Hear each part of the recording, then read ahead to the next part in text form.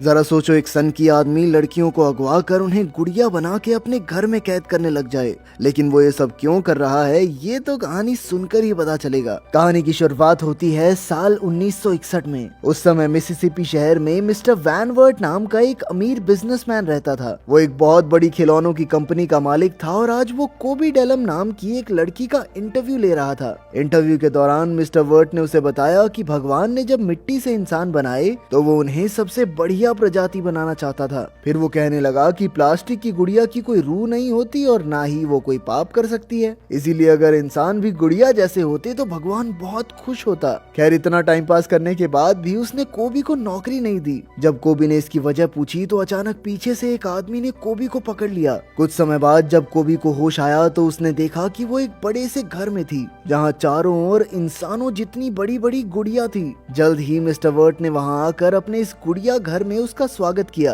वर्ट ने कहा कि कोबी को अगले 7 दिन के लिए यहीं रहना होगा। वो बहकी बहकी बातें करने लगा कि तुम बहुत खूबसूरत हो, तुम्हें अब इन बाकी सबके साथ मुकाबले में शामिल कर लिया गया है। बेचारी कोबी डर के मारे कहने लगी कि मुझे इस सब में कोई दिलचस्पी नहीं है, लेकिन वहाँ से बचकर निकलने का कोई रास्ता नहीं था। तभी कोबी ने भागने की कोशिश की, पर अचानक मिस्टर वर्ट के गार्ड यूस्टेस ने उसे पकड़ लिया। जब मिस्टर वर्ट जाने लगा तो कोबी ने कहा कि वो यहाँ अकेली नहीं रह पाएगी, लेकिन वर्ट उसकी बात को अनसुना करके वहाँ से निकल गया। जल्द ही कोबी को एहसास हुआ कि ये सारी गुड़िया असल में इंसान थी, जिन्हें जबरदस्ती गुड़िया के कपड़े और मुखौटे लगाकर मूर्तियों की तरह रखा गया है। जब कोबी ने उनसे पूछा कि ये सब क्या है, तो ओरेला नाम की एक लड़की ने बताया कि मिस्टर वर्ट ने ही उन्हें अगवा करके यहाँ कैद कर रखा है। असल में मिस्टर वर्ट सबसे बढ़िया गुड़िया की तलाश में था जो उसके बेटे ओटिस की मां बन सके, और जो भी गुड़िया उसके टेस्ट में फेल हो गई उसे बेरहमी से मार दिया जाएगा। कोबी तुरंत भागने के लिए दरवाजे खिड़कियां चेक करने लगी, पर हरलीन नाम की एक लड़की ने कहा कि उसने भी यहाँ से बाहर निकलने की कोशिश की थी, लेकिन कोई फायदा नहीं हुआ।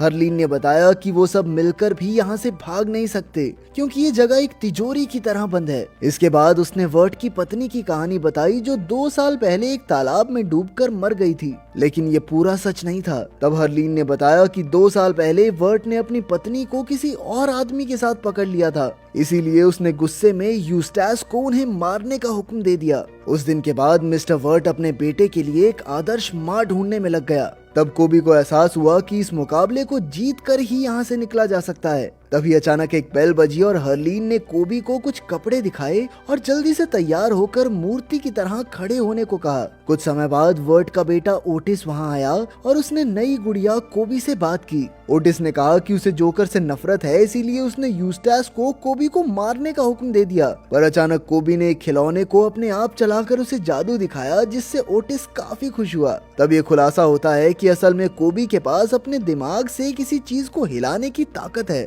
फिर रात को ओरेला ने कोबी से पूछा कि उसने ये कैसे किया, तो उसने ऐसे ही टाल दिया कि उसने बचपन में ये ट्रिक सीखी थी। ये सब देखकर ओरेला को उससे जलन होने लगी क्योंकि ऐसे तो कोबी मुकाबला जीत जाएगी। खैर, तभी अलार्म बजा, जिसका मतलब था कि अब एक और टेस्ट होगा। इसके बाद मिस्टर वर्ट ने उन सबको डाइनिंग टेबल पर इकट्ठा किया और उन्हें कुछ अजीबोगरीब डिशेस के नाम बताए। फिर उसने उन सबको 1 मिनट में सारे बर्तन ढंग से सजाने का टेस्ट दिया। जो इसमें सफल रही उसे एक बढ़िया घरवाली माना जाएगा। ये सुनते ही सब तुरंत बर्तन सजाने में लग गए और एला ने तो ये टास्क बहुत बेहतरीन तरीके से किया, पर कोबी ने हड़बड़ी में ग्लास गिरा दिया। जैसे ही समय खत्म हुआ, मिस्टर वर्ट ने एक हथियार जैसा डंडा निकाला और सबके बर्तन देखने लगा। और एला का टेस्ट सबसे बेहतर था और वहीं हरलीन को 2 और कोबी को 3 पॉइंट मिले।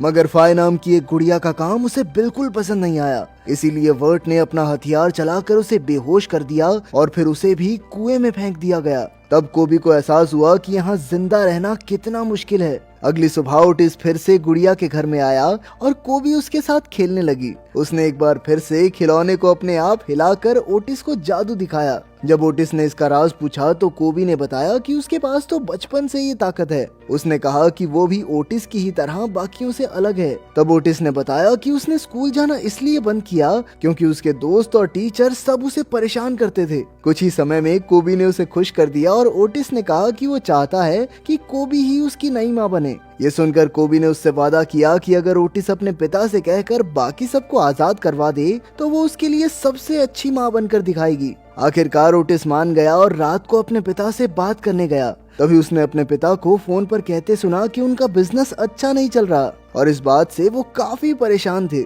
ये सुनकर ओटिस ने उनसे बात करने का मन बदल लिया। फिर अगले दिन जब बेल बजी तो सभी लड़कियों ने तुरंत अपने कपड़े पहने और मूर्तियां बनकर खड़ी हो गई। जल्द ही मिस्टर वर्ट वहां आया और उसने अगले टेस्ट का ऐलान किया। इस टेस्ट में उन सबको एक शर्ट को प्रेस करके एकदम सही तय बनानी होगी। टेस्ट की शुरुआत से पहले उसने उन सबको बताया कि कैसे एक अच्छी पत्नी को घर के सभी कामों में परफेक्ट होना चाहिए। फिर उसने 3 मिनट का टाइमर शुरू किया और सभी लड़कियां तुरंत काम पर लग गई। जैसे ही समय खत्म हुआ तो मिस्टर रिट ने बड़ी बारीकी से उनका काम देखा। उसने हरलीन को 3 पॉइंट्स दिए और फिर उसने कोबी की शर्ट देखी जो काफी कड़क थी और उस पर एक दाग भी था, इसीलिए उसने कोबी को सजा देने का फैसला किया। उसने कोबी के हाथ टेबल पर रखकर उस पर गर्मा गर्म प्रेस रख दी, जिससे कोबी को खतरनाक दर्द हुआ, लेकिन उसने चूं तक नहीं की। ऑरेलिया इस टास्क को भी जीत गई, लेकिन बॉनी नाम की एक लड़की की शर्ट से बदबू आ रही थी, इसीलिए मिस्टर रिट ने उसे भी मारने का हुक्म दे दिया। फिर उसने ऐलान किया कि कल उन तीनों का आखिरी टेस्ट होगा और जो जीतेगा वही ओटिस की नई माँ बनेगी। खैर बाद में हरलीन ने कोबी के जख्मों पर मरहम लगाई और तब उसने कहा कि शायद मिस्टर रिट कोबी को पसंद करने लगा है, क्योंकि अगर वो चाहता तो कोबी को आज सजाए मौत भी दे सकता था। इधर ऑरेलिया ने भी छिपकर उनकी सारी बातें सुन ली और इसीलिए अब उसने कोबी को जान से मारने का फैसला किया।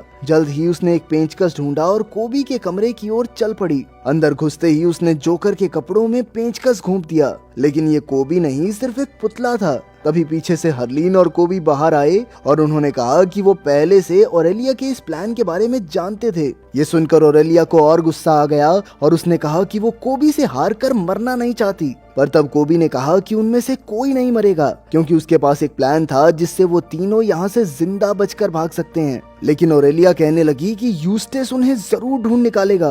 पर कोबी ने बताया कि उसे तो इतने पता लगेगा ना, इतने तो पता नहीं कहाँ पहुँच जाएंगे हम। फिर अगले दिन उन तीनों ने पुतलों को अपने कपड़े पहनाकर तैयार कर दिया और खुद पर्दों के पीछे छिप गई। कुछ ही समय में मिस्टर वर्ट यूस्टेस के साथ वहां आया और अपने आखिरी टेस्ट का ऐलान किया। जब वर्ट पुतलों के सामने बोल रहा था तो कोबी ने अपनी शक्ति से बाहर के दरवाजे का ताला खोल दिया और जल्द ही वो तीनों घर से भाग निकली। पर बाहर जाते ही कोबी को ओटिस से किया हुआ वादा याद आ गया और उसने वापस जाकर ओटिस के लिए एक अच्छी माँ बनने का फैसला किया। ऑरेलिया और हरलीन तो बिना समय गवाए भाग निकली। वहीं कोबी मिस्टर वर्ट के घर जाकर ओटिस को ढूंढने लगी। उधर वर्ट पुतलों से सवाल पूछ रहा था, पर जब उसे कोई जवाब नहीं मिला तब उसे समझ आया कि ये तो बस पुतले हैं। दूसरी ओर कोबी ने ओटिस को ढूंढ निकाला और उसे अपने साथ चलने को कहा, क्योंकि उसके पिता का दिमाग सच में बहुत खराब है। लेकिन अचानक से ओटिस ने उसे डंडे वाले हथियार से बेहोश कर दिया। वहीं बाहर हरलीन भागते हुए गिर गई और उसने ऑरेलिया से मदद मांगी, पर ऑरेलिया ने उसकी मदद करने की बजाय उसे मारने का फैसला किया,